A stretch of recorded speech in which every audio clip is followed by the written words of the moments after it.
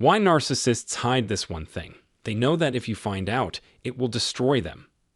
Hey there, resilient folks. In the twisted game played by narcissists, there's something they keep hidden because they know it could ruin their messed up plans. Their dark aim is to bring down their victims, making them dependent and unable to escape. In their messed up view, if this leads to the worst, like someone thinking about suicide, it's even better for them. They get pity and satisfaction from a new source. Now, as you step into the separation journey, the real question arises. What are you aiming for with this big move? The future's calling, promising happiness and peace right around the corner. It's not an easy road, and things won't change overnight. You need patience, but hey, at least you've got the power to choose now. But before we get into it, I want to express our gratitude for having you as part of our community. Your support is invaluable. If you've enjoyed our content and would like to contribute to its growth, consider supporting us on Ko-Fi. Your generosity allows us to create more engaging content for you. As low as $1, your support means a lot to us, and if you decide to join our membership program, we have an exciting perk for you. Your name will be featured in our upcoming videos as a token of appreciation. It's a small way to recognize and celebrate the fantastic individuals who make our work possible. If you're keen on uncovering the truth about narcissists, give this video a thumbs up and hit that subscribe button to join our community. Your support means the world to us. And for our regular viewers, share this video with anyone who might find it helpful. Let's spark some lively discussions in the comments below. Your thoughts are what keep our conversations alive. Now let's jump straight into today's discussion, an exploration into why cutting off all emotional ties with a narcissist isn't just a good idea, it's necessary.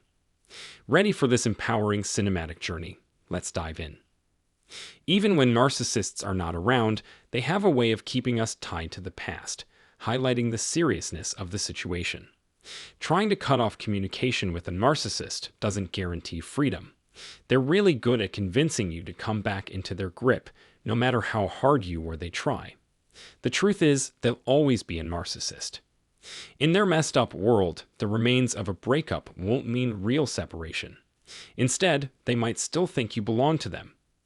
Dealing with a narcissist is like watching a movie trilogy, and each encounter brings one of 3 expected outcomes. For the strong folks among us, they can pick up the pieces of themselves, move forward into newfound freedoms, and be thankful for the liberation. But for some, breaking free from the complicated mess of mental and emotional ties proves to be a tough job. In today's exploration, we're focusing on the last 2 types. People still connected by lingering affection or drowned in intense hatred for the narcissist. They're the ones still caught up in the complicated dance with the narcissist, and obsession often takes the spotlight, showing how deep their emotional investment in the narcissist goes. Here's where we find the roots of the problem. Cases 2 and 3 become less important if personal care for the narcissist keeps going.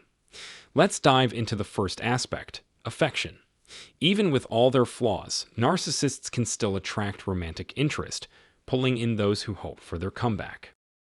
Some folks keep believing in the narcissist's potential return or redemption. The narcissist's attempts to get closer might provide some comfort for a while, especially when we remember the good times during the intense love-bombing phase when affection was flowing and we felt loved and valued. The huge gap between the once ideal partner and the nightmare they turn into is hard to grasp. In this complicated mess of emotional ties, the trilogy unfolds with each encounter giving us a glimpse into the complex emotions that tie us to and push us away from the narcissist.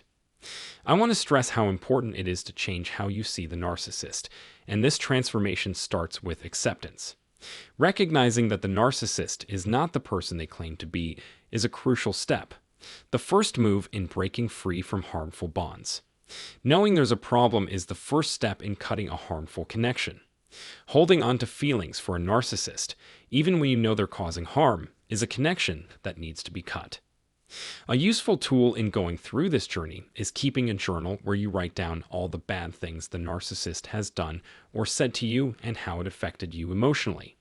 This written record is a reminder, a guide that keeps you away from the pull of nostalgia. When you feel like going back to the past for comfort and healing, talking to a trained counselor can offer a supportive space to explore your pain and betrayal.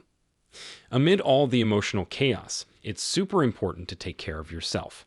Do things that make you happy, appreciate the people who matter to you, and intentionally recognize those who bring real value to your life. This helps you regain your pride and mentally distance yourself from the narcissist. Keep a separate journal just for positive thoughts about yourself, your loved ones, and your goals. This becomes a safe space for building self-love and personal growth. As you go through the journey of self-discovery and healing, the goal is to break free from the trauma and feel empowered. Now let's talk about hatred, the next focus of our chat. Holding on to resentment against a narcissist is worse for us than it is for them. Expecting the narcissist's moves can make us anxious and paranoid, bringing constant stress and negativity that messes with our nervous and immune systems. This toxic situation can mess with both our physical and mental health. Interestingly, we might find ourselves in a weird situation where we're growing to love the narcissist, even though we don't like them. Love and hatred, both strong emotions, create a complicated mix in people. When we're completely drained, the narcissist loses their grip on us. So their goal is to control how we feel and think. It's crucial for us to get to a point where we know they're around, but don't let them mess with our emotions. They stop grabbing our interest, and we move beyond their influence. Because they're always around, we become immune to their negative effects. If we choose to ignore them, they become an open book, and we understand what they're thinking and doing. It's important to realize how draining it is to be close to narcissists. Putting some distance between you and the narcissist is the first step to break free from their control and feel liberated. In this situation, it's pretty dull. No excitement, just the same old stuff. I really appreciate your patience and attention. I promise future videos will aim to give clear and simple answers. If you want to be part of this ongoing conversation, feel free to share your thoughts in the comments. Your time and focus on watching this video mean a lot.